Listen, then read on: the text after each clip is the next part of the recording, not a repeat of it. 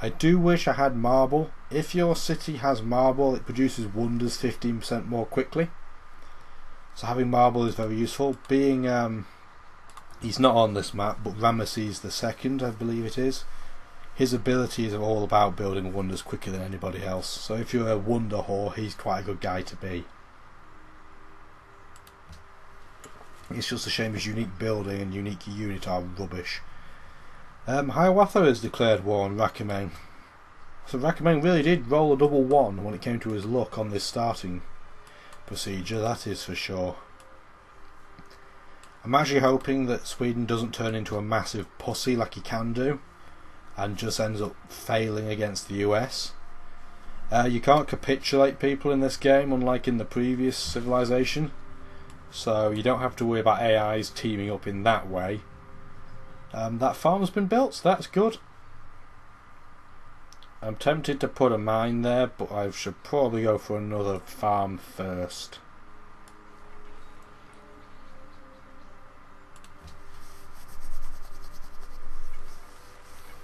So Harold Bluetooth has made peace with Rakimeng. Rakimeng presumably looked for peace after he got attacked by yet another empire. And this is why I didn't befriend him, because he just looked on the cards like he was going to be Mr. Unpopular based upon where he was geographically, next to 2 city spammers who by default hate people near them because they can't spam cities and land that's already taken. In 13 turns we get Petra, the possibility of building Petra, that is. I wish you could get Petra in 13 turns, that would be sweet, but no, that's not the case. I'm going to try and get Adrianople Petra, just because there are so many tiles here that would benefit hugely from it. They made peace quickly. I'm not going to do that right now, because I don't know how Spain is perceived by other empires, because they've all focused on either Denmark or Rakimeng.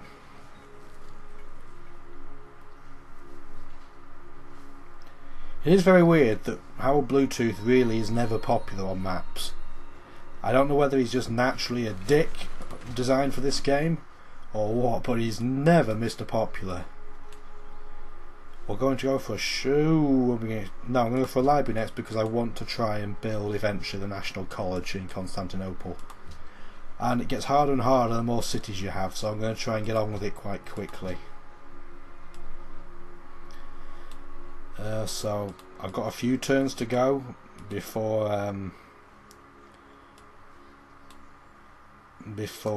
I can start building Petra. So what can I do?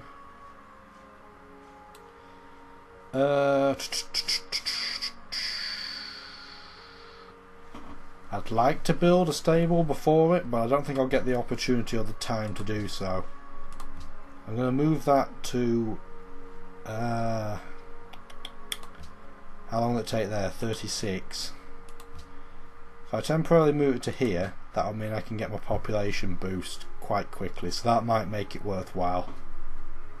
So I could always go back to building it afterwards. It's not a disaster.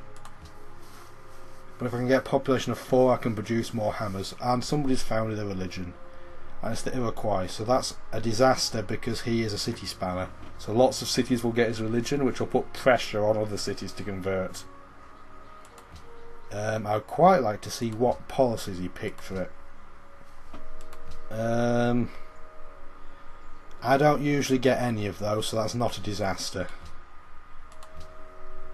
I quite like having, I think it's called religious community. I also quite like having pagodas. And I also quite like having the one that gives you happiness from shrines. They're nice ones, I like those. We now have a sword. The sword has a strength of 14. And that should basically protect us from most things. I'm going to make it good in the rough and put it down here, because that is likely where, if I get attacked, that'll be where. I can't get a national college yet, although I am tempted. What I could do, which is a good idea, is buy the library now, change that to try to get a shrine, so I can start building my national college now. That might be the way to go. I had a little bit more gold than I thought, And I'm going to check the board now, see if anyone I can sell the silver to. And I can't. Wow, the map is really poor. It's because they're at war with each other. It may mean the tech race is slow because I can't trade resources with anyone. But at least I'm not going to be friends with you right now because you're just going to try and steal a resource off me for free.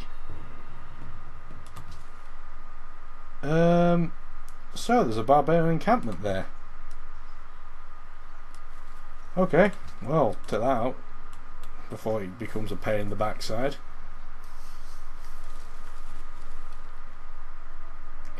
No, Gustavus Adolphus is not a problem. He's not a threat to this, that or the other. He's actually very safe and very docile right now.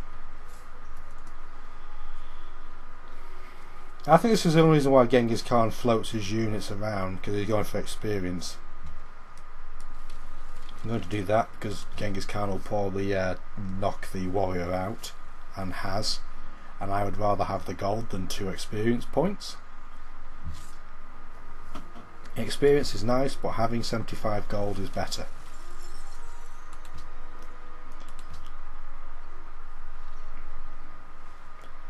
Actually, I'm going to switch that to that. Now that I've got the library, the priority is not production, it should be food.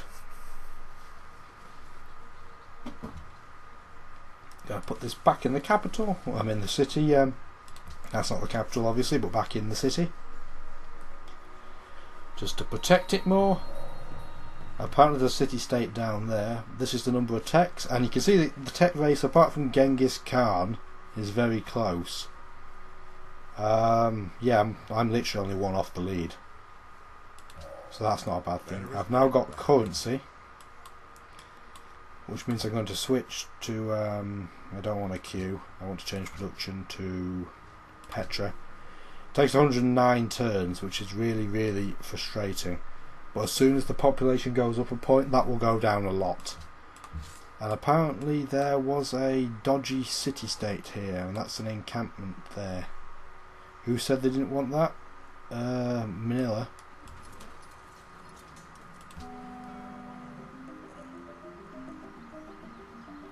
Well, I'm going to pledge to protect them and then take it out, because I'll get a food bonus in the capital, which is going to be very handy. I'm going to go for engineering. Oop, missed the button. Engineering next. And I'm going to fortify that in the city. Notice how the city's defence goes up when you put a unit in it. So that's one way of defending your cities from ruthless people.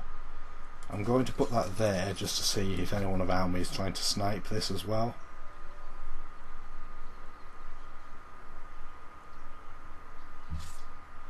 So I can take out in 1 hit, but I don't want to do it yet until the relationship with Manila goes up to make most of what I'm doing.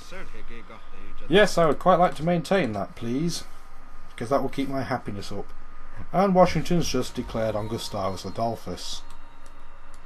Something tells me that eventually he's going to get a lot of denouncements thrown his way.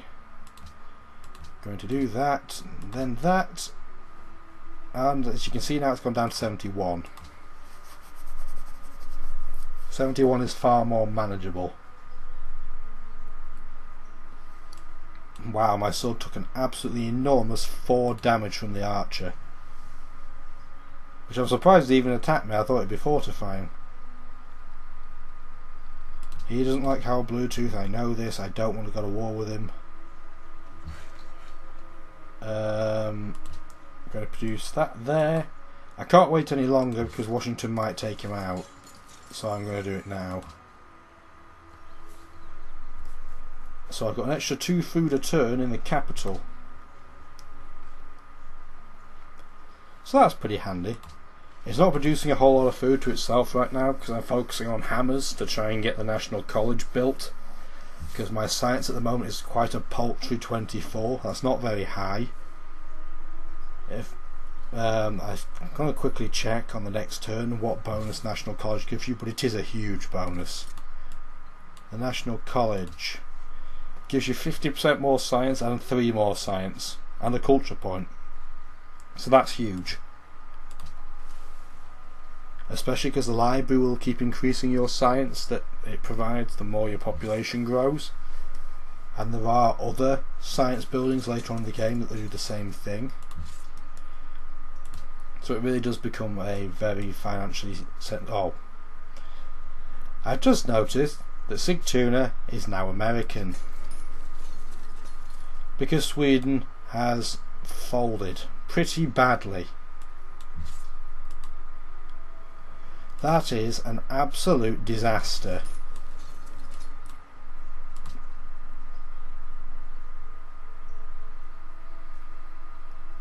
Because the US, like I said, is already renowned for being a city spammer. He doesn't need more help to spam by stealing cities off people. This city is going to get pretty big, pretty quick. It's not got very high production yet, but if I can get the population high enough, that'll start improving by default.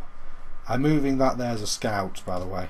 It's quite a heavy, clunky scout, but it's a scout nonetheless, effectively. He has quite a reasonable army, by the looks of it. And, unsurprisingly, Gustavus Adolphus does not.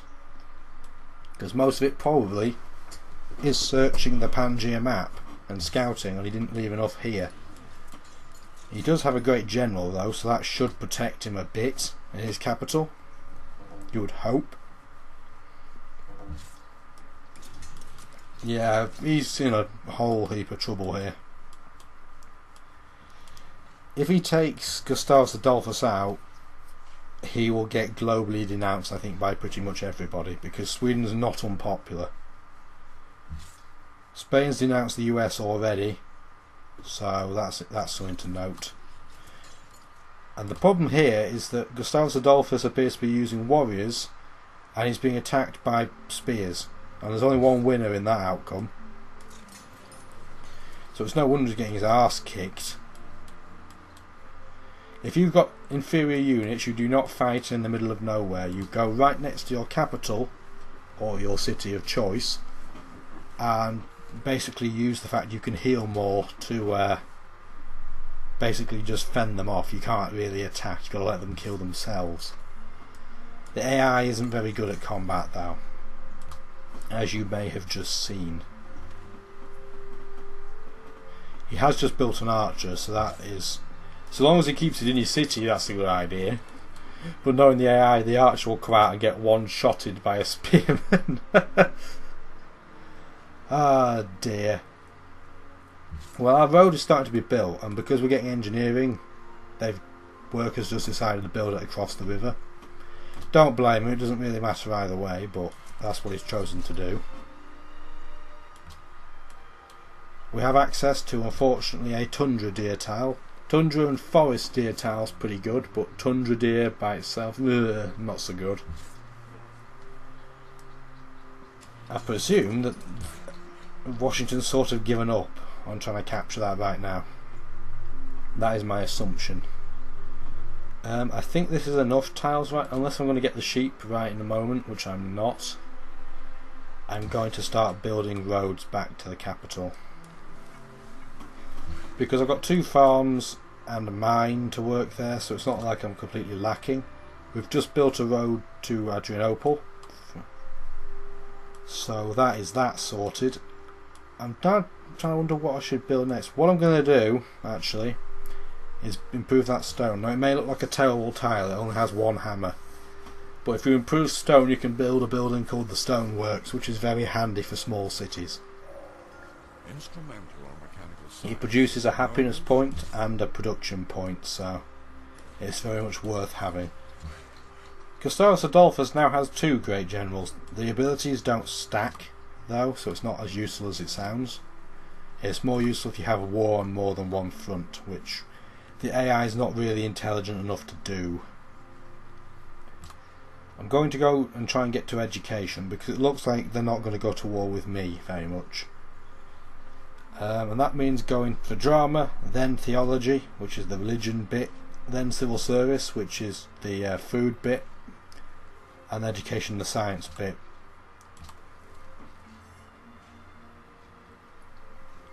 You may be wondering why I'm ignoring the bottom of the tech tree right now.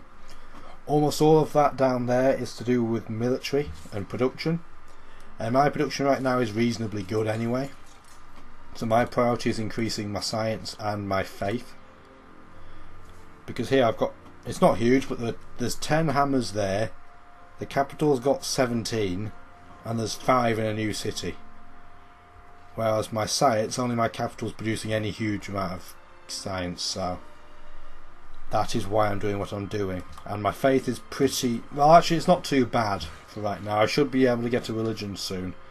Actually, once I get a religion I will have a break, I think.